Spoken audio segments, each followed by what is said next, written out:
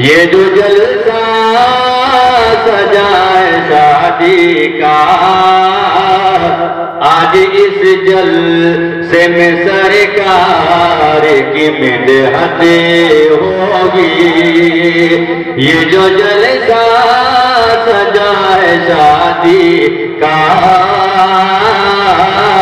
آج اس جلسے میں سرکار کی مدحت ہوگی۔ یہ جو جلسہ سجا ہے شادی میں، آج اس جلسے میں سرکار کی مدحت ہوگی۔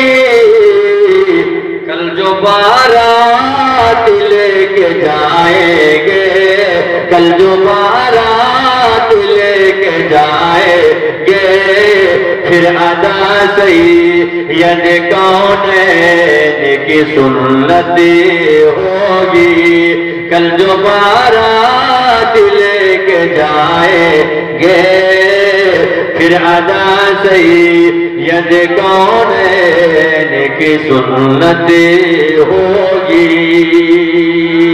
آپ لوگوں نے سنا ہے کہ میرے آقا فرماتے ہیں نکاح من سنتی سنتی فلیس منی، نکاح میری سنت ہے، جو میری نکاح سے اعتراض کرے وہ ہم میں سے نہیں ہے۔ آقا فرماتے ہیں صحابہ اس دور میں میری سنت پہ عمل کرنے سے لوگ شرما رہے ہو، جس دور میں لوگ میری سنت پہ عمل کرنے پر اپنے آپ کو شرمندگی محسوس کرتے ہو، اس دور میں اگر کوئی میرا امتی میری ایک سنت پہ عمل کرے گا، اللہ تعالیٰ اسے 100 شہیدوں کا ثواب عطا فرما دے گا۔ سبحان اللہ۔ اگر آپ لوگ جو ہے کل شادی میں تشریف لے کے جائیں تو سنت و شریعت کے مطابق جائیں، اور جب وہاں پر جائیں گے تو حال کیا ہوگا، جب بچوں کے بولو سبحان اللہ۔ یہ جو جلسہ سجا ہے شادی کا، آج اس جلسے میں سرکار کی مدحت ہوگی۔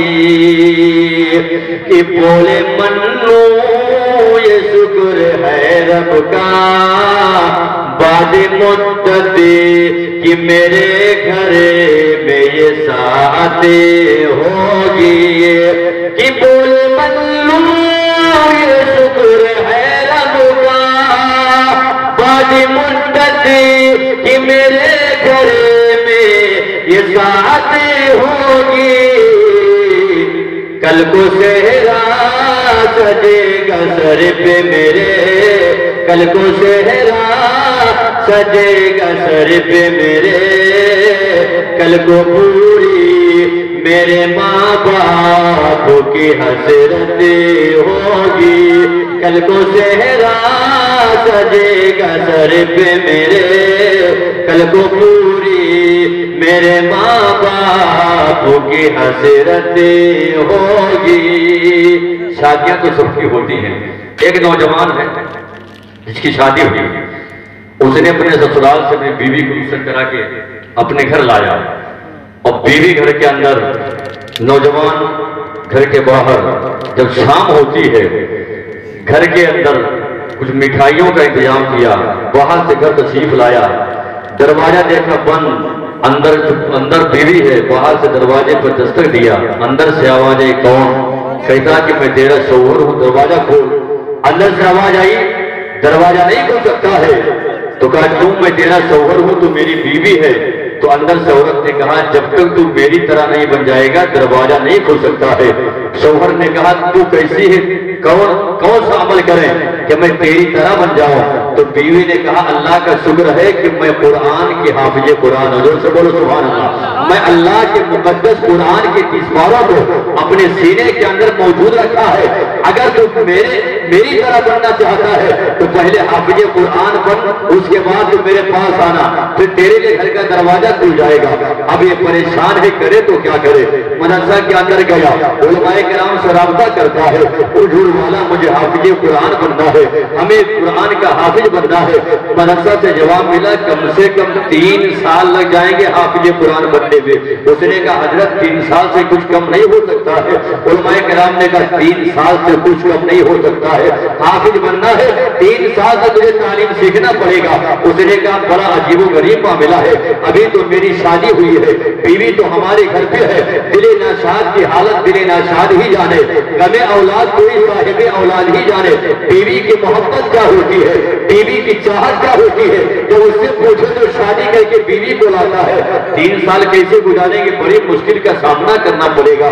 اور مدرسہ میں گیا، وہاں بھی 3 سال کا مطالبہ کیا جا رہا ہے، ابھی پریشان ہے، مدرسہ سے واپس ہوا، رات کی تنہائی ہے، آنکھوں میں آنسو ہے، یہ انسان ایک راستہ سے جا رہا تھا، کچھ ہی دور چلا تھا، ایک مرد قلندر سے ملاقات ہو جاتی ہے، جب اسے بولو سبحان اللہ، جب ایک درویش سے ملاقات ہوتی ہے تو ایک فقیر ہے، ایک اللہ کا ولی ہے، ایک ولی کامل ہے جن کا نام تواریخوں کے اندر اسماعیل ملتانی رحمت اللہ تعالی علیہ بتایا جا رہا ہے۔ جب ایک اللہ کے ولی سے ملاقات ہوتی ہے، اللہ کے ولی نے کہا بیٹا اتنا اداس چہرہ کیوں ہے، یہ آنکھیں تمہاری نم کیوں ہے، تمہارا چہرہ اداس ہے، آخر وجہ کیا ہے؟ تو نوجوان نے کہا حضرت آپ اپنے راستہ جائیں، مجھے اپنے راستہ جانے دو، آپ کی منزل اور ہے، میری منزل اور ہے، نہ آپ میرے کام آ سکتے ہیں نہ ہم آپ کے کام آ سکتے ہیں، تو آپ کو مجبوری بتانے سے فائدہ کیا ہوگا؟ اس مرد قلندر نے کہا ہو سکتا ہے ہم تمہاری مصیبت کو دور کر دیں، ہو سکتا ہے ہم تمہاری مصیبت میں کام آ جائیں، بتاؤ تو صحیح۔ جب اتنا کہا نوجوان نے کہا حضرت میں شادی کر کے آیا ہوں، ہماری بیوی نے کہا اگر حافظ بنو گے تو اندر آنے کی اجازت ہے، ورنہ اس سے پہلے اندر نہیں آ سکتے۔ میں حافظ قرآن بننے کی جستجو لے کر گھر سے باہر نکلا، حضور والا ایسا ہے جب میں باہر نکلا تو باہر نکلنے کے بعد میں ایک مدرسہ میں گیا، مدرسہ میں جانے کے بعد جب میں نے دیکھا تو وہاں پر علماء کرام نے کہا 3 سال لگیں گے، اب 3 سال کا عرصہ کیسے گزارا؟ حضور والا اسی جستجو میں گھر سے باہر نکلا تھا، پھر منزل کو آگے کر رہا ہوں، اللہ کے ولی نے کہا بس اتنی سی بات ٹھہر جاؤ، اللہ نے چاہا تم میرے ساتھ آؤ، ہم تجھے حافظ قرآن بنا دیں گے۔ سے بولو سبحان اللہ۔ جو مدرسہ میں جانے کے بعد 3 سال کا مطالبہ کیا جا رہا تھا، جب واپس آئے گا حضرت آپ بنا دیں گے حافظ قرآن، آپ کے ہاتھ میں قرآن بھی نہیں ہے، آپ کے پاس درسگاہ بھی نہیں ہے، آپ کے پاس کوئی مکتب مدارس بھی نہیں ہے، یہ تو آپ کے پاس مصلی ہے، یا آپ ہاتھ میں تسبیح کے چند دانے ہیں، آپ مجھے حافظ قرآن بناؤ گا؟ ہاں میں تو حافظ قرآن بناؤں گا، میرے پیچھے پیچھے چلو۔ جب پیچھے چلنے لگا کچھ دور گیا تھا، دل میں خیال پیدا ہوا، لاؤ پوچھے حضرت سے کہ یہ کتنے سال میں حافظ بنائیں گے؟ کہا حضور کم سے کم میری بات تو سنو، آپ کتنے سال میں حافظ بناؤ گے؟ آپ فرماتے اللہ نے چاہا تو 3 سال نہیں، اللہ نے چاہا تو 1 سال نہیں، بلکہ اللہ کا کرم ہو جائے گا تو 6 مہینہ میں حافظ قرآن بنا دیں گے۔ 6 مہینہ رکنا پڑے گا۔ جب اتنا کہا چلنے لگا، چلتا رہا اور آگے بڑھا تو اس نے کہا حضرت کیا 6 مہینہ سے اور کم ہو سکتا ہے؟ آپ نے کہا اللہ نے چاہا تو 4 مہینہ میں حافظ قرآن بنا دیں گے۔ پھر آگے جا رہا ہے اللہ کا ولی، پیچھے نوجوان جا رہا ہے، کچھ دور جانے کے بعد پھر کہا حضور والا کچھ اور کرم فرمائے، کیا 4 مہینہ سے کم ہو سکتا ہے؟ آپ فرماتے اللہ نے چاہا تو 1 مہینہ میں حافظ قرآن بنا دیں گے۔ اس کے بعد منزل قریب آ گئی، اللہ کے ولی اسماعیل ملتانی فرماتے ہیں بیٹا یہ منزل یہی ہے، جا کر وہاں پہ تم آرام کرو، میں اپنے کٹیا میں جا رہا ہوں۔ جب نوجوان کمرے کے اندر گیا، دل میں سوچتا ہے جب 3 سال سے 6 مہینہ ہو سکتا ہے، 6 مہینہ سے 4 مہینہ ہو سکتا ہے، 4 مہینہ سے 1 مہینہ ہو سکتا ہے، اگر ایک مرتبہ اور پوچھنے ہو سکتا ہے میرا مسئلہ آج ہی کی رات میں حل ہو جائے۔ ابھی نوجوان باہر نکلا، باہر نکلنے کے بعد کہا حضرت کیا آج کی رات میں ہمارا مسئلہ حل ہو سکتا ہے؟ آپ فرماتے کون؟ تو کہا بس وہی نوجوان جو حافظ قرآن بننے کی چکر میں تمہارے پیچھے طالب علم بن کر آیا ہے۔ آپ فرماتے ہیں تو آنے کی وجہ کیا ہے؟ کہا حضرت بس 1 مہینہ سے کچھ اور کم کر دو۔ تو کہا 1 مہینہ سے کم نہیں ہو سکتا ہے۔ تو نوجوان نے کہا حضور کیوں نہیں کم ہو سکتا؟ جب 6 مہینہ سے 4 مہینہ ہو سکتا ہے، 4 مہینہ سے 2 مہینہ ہو سکتا ہے، 2 مہینہ سے 1 مہینہ ہو سکتا ہے، تو کیا 1 مہینہ سے 1 گھڑی نہیں ہو سکتی ہے، 1 گھنٹہ نہیں ہو سکتا ہے؟ تو اللہ کے ولی کو جلال پیدا ہوا کہ جو سے بولو سبحان اللہ، تو اللہ کے ولی کو جلال پیدا ہوتا ہے۔ اللہ کے ولی نے کہا بیٹا کمرے کے اندر آ جا۔ جب نوجوان کمرے کے اندر جاتا ہے، اللہ کے ولی اسماعیل ملتانی رحمت اللہ تعالی علیہ فرماتے بیٹا اپنے منہ کو کھول۔ جب نوجوان اپنے منہ کو کھولتا ہے اللہ کے ولی نے اپنی زبان کو اس نوجوان کے منہ میں رکھا. آپ فرماتے ہیں میری زبان کو چوستا چلا جا, میری زبان کو چوستا چلا جا. اللہ نے چاہا تو آپ بہت جلد حافظ قرآن بن جاؤ گے. جب نوجوان کے منہ میں اللہ کے ولی نے اپنی زبان کو رکھی ہے, نوجوان زبان کو چوستا جا رہا ہے, زبان کو چوستا جا رہا ہے. کچھ ہی دیر کے بعد نوجوان نے کہا حضور اپنی زبان کو میرے منہ سے باہر نکال لے, قسم اللہ کی ہے آپ کی زبان کی وجہ سے اللہ نے مجھے حافظ قرآن بنا دیا ہے. اللہ نے مجھے حافظ قرآن بنا دیا ہے. اب یہ رات ختم بھی نہ ہوئی ہے, نہ صبح کی سفیدی نمودار ہوتی ہے. رات ہی کے عالم میں گھر گیا. گھر جانے کے بعد دروازے پر دستک دیتا ہے. اندر سے آوازیں کون؟ آپ کہتا میں تیرا شوہر ہوں, تو میری بیوی دروازہ کھول. بیوی نے کہا جب تک تم حافظ نہیں بنو گے دروازہ نہیں کھلے گا. شوہر نے کہا میں حافظ قرآن بن گیا. اب بیوی پوچھتی جا رہی ہے, نوجوان پڑھتا جا رہا ہے. بیوی پوچھتی جا رہی ہے, نوجوان پڑھتا جا رہا ہے. بیوی نے کہا اتنی جلدی آپ کو قرآن کیسے یاد ہو گیا؟ تو نوجوان نے یہی جواب دیا تھا کہ نگاہ ولی میں وہ تاثیر دیکھی, نگاہ ولی میں وہ تاثیر دیکھی, بدلتی ہزاروں کی تقدیر دیکھی, بدلتی ہزاروں تقدیر دیکھی.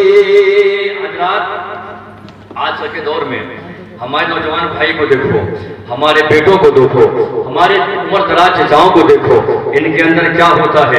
یہ اپنی نگاہوں سے گناہ کرتے ہیں. ان کے اندر یہ جذبہ پیدا ہوتا ہے, یہ زنا کے بالکل قریب آتے ہیں. ہمارا قوم اگر زنا سے دور ہو جائے, اگر ہمارے گھر کے اندر اگر میری ماں بہنوں کو اگر اللہ تعالیٰ پردے کی توفیق نہ فرمائے تو میرا ایمان یہ کہتا ہے اگر گھر کے اندر عورتوں کو اگر پردے میں رہنے کا شعور پیدا ہو جائے, نوجوان اپنی نگاہ کو نیچی کرنے کا عادی ہو جائے, تو ہمارا خیال ہے کہ ہمارے سماج سے زنا جیسی برائی کا خاتمہ ہو جائے گا, زنا جیسی گناہوں کا خاتمہ ہو جائے گا.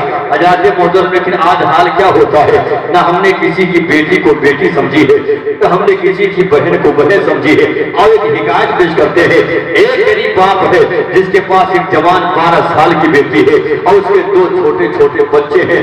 لیکن اس غریب انسان کا حال کیا ہوتا ہے, اگر مزدوری نہ کرے تو اس کے گھر کے چولہے میں آگ جلنے کی نوبت نہ آتی ہے. اگر مزدوری نہ کرے تو کہیں سے کھانے کا انتظام نہیں ہوتا ہے. اے میرے جو ہے قوم کے نوجوانوں, آپ ایک غریب کی حکایت کو سنتے چلو. جب غریب باپ کو مزدوری نہ ملی, ایک دن گزر گیا, شام کو واپس ہوتا ہے, روتا رہا, بیوی بھی رو رہی ہے, اس کے بچے بھوکے سو جاتے ہیں, نہ گھر کے چولہے میں آگ جلنے کی نوبت آئی ہے. جوان 12 سال کی بیٹی نے جب ماں باپ کا رونا دیکھا, جوان بیٹی نے ماں باپ کا رونا دیکھا, کلیجہ پھٹ جاتا ہے, کلیجہ منہ کو آ جاتا ہے.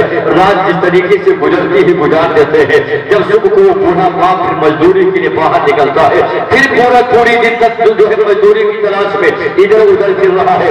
کہیں کوئی مزدوری پہ رکھتا نہ, وجہ کیا ہے, بوڑھا ہے, کمزور ہے, اس وجہ سے کوئی کام پہ نہیں رکھنے کو تیار ہے. جب شام کو بوڑھا واپس آیا, پھر بیوی نے پوچھا کہیں کام ملا ہو تو بتاؤ. اس نے کہا نہیں, کہیں مزدوری نہ ملی, نہ کوئی رقم ملا ہے, نہ کھانے کا کوئی سامان لائی ہو. جب بیوی نے دیکھا کہ چولہے پر آنے کو میں نے چڑھا دیا تھا بچوں کی تسلی کے لیے, نو بوڑھا باپ پوچھتا ہے اے میری شریک حیات کہ تم نے کھانے کا انتظام کہاں سے کیا ہے؟ وہ عورت کہتی ہے یہ کھانا نہیں بن رہا ہے, بلکہ میں نے پانی کو رکھا, پانی کے اندر میں نے پتھر کو رکھا تاکہ میرے بچے جب کھانا مانگتے تھے میں اپنے بچوں سے بہانہ کرتی تھی میرے لال سو جاؤ, جب کھانا بن جائے گا تجھے جگا کر کھانا کھلا دوں گی. جب 3 دن گزر جاتا ہے, نہ مزدوری ملتی نہ کھانے کا انتظام ہوتا ہے, باپ بھی رو رہا ہے, ماں بھی رو رہی ہے. جوان بیٹی کی نگاہوں میں نگاہیں آنکھوں سے آنسوبار ہو جاتی ہے, جوان بیٹی کا دل بھر جاتا ہے. اب چوتھے دن معاملہ کیا ہوتا ہے, اب باپ کمائی کرنے پر نہیں جا رہا ہے, جوان بیٹی اپنے گھر سے باہر نکلتی ہے, نہاتے ہی کپڑا پہنتی ہے. جب ماں نے پوچھا بیٹی تم کہاں جا رہی ہو,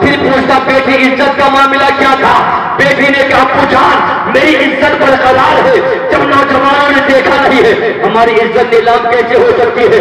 اس غریبی کے عالم میں کئی دن سے باپ بھوکا ہے، چھوٹے چھوٹے بھوک سے بچے پریشان تھے، جس کے گھر کے چولہے میں آگ جلنے کی نوبت آئی تھی وہ بوڑھا ماں مصلی بچھاتا ہے، مصلی بچھانے کے بعد اللہ کی بارگاہ میں سجدہ کرتا ہے، سجدہ کرنے کے بعد دعائیں مانگتا ہے، اے اللہ تیرا شکر ہے تم نے میری بیٹی کی عزت کی حفاظت فرمائی ہے۔ پھر باپ کھڑا ہوتا ہے، اپنی بیٹی کو سینے سے لگاتا ہے، پھر کہتا ہے اے میری بیٹی سنو، قسم اللہ کی ہے تمہارا باپ زمانے سے لے کے بوڑھا ہو چکا ہے، لیکن قسم اللہ کی اٹھانے کے بعد کہتا ہے آج تک تیرے باپ نے کسی کی بیٹی پر بری نگاہ نہیں اٹھائی ہے، آج تک تیرے باپ نے کسی کی بیٹی کے ساتھ گناہ نہیں کیا ہے، تو جب تیرا باپ کسی کی بیٹی کے ساتھ گناہ نہیں کر سکتا ہے تو آج ہماری بیٹی کے ساتھ گناہ کون کر سکتا ہے؟ جب تیرا باپ کسی کی بیٹی پر بری نگاہ نہیں اٹھایا ہے تو آج ہماری بیٹی پر بری نگاہ کہاں اٹھائے گا؟ اب اس سے پتہ یہ چلتا ہے نوجوانوں، اگر تم چاہتے ہو تمہاری بیٹیوں کی عزت برقرار رہے تو آج کے بعد زنا کرنا چھوڑ دو، دوسروں کی بیٹی کو بیٹی کی نگاہوں سے دیکھو۔ اگر تم چاہتے ہو تمہاری بہن کی عزت سلامت رہے تو آج کے بعد عہد کرو تمہیں بھی دوسروں کی بہن کو بہن کی نگاہوں سے دیکھنا پڑے گا۔ اگر تم چاہتے ہو تمہاری ماں کی عزت سلامت رہے تمہیں اپنی دوسروں کی ماں کو ماں کی عزت کی نگاہوں سے دیکھنا پڑے گا۔ اگر تم یہ چاہتے ہو تمہارے خاندان کی عزت سلامت رہے تو غیروں کی خاندان کی عزت کی حفاظت کرنا پڑے گا۔ جب تم دوسروں کی بیٹی کی حفاظت کرو گے اللہ تمہاری بیٹی کی عزت کی حفاظت فرماتا رہے گا۔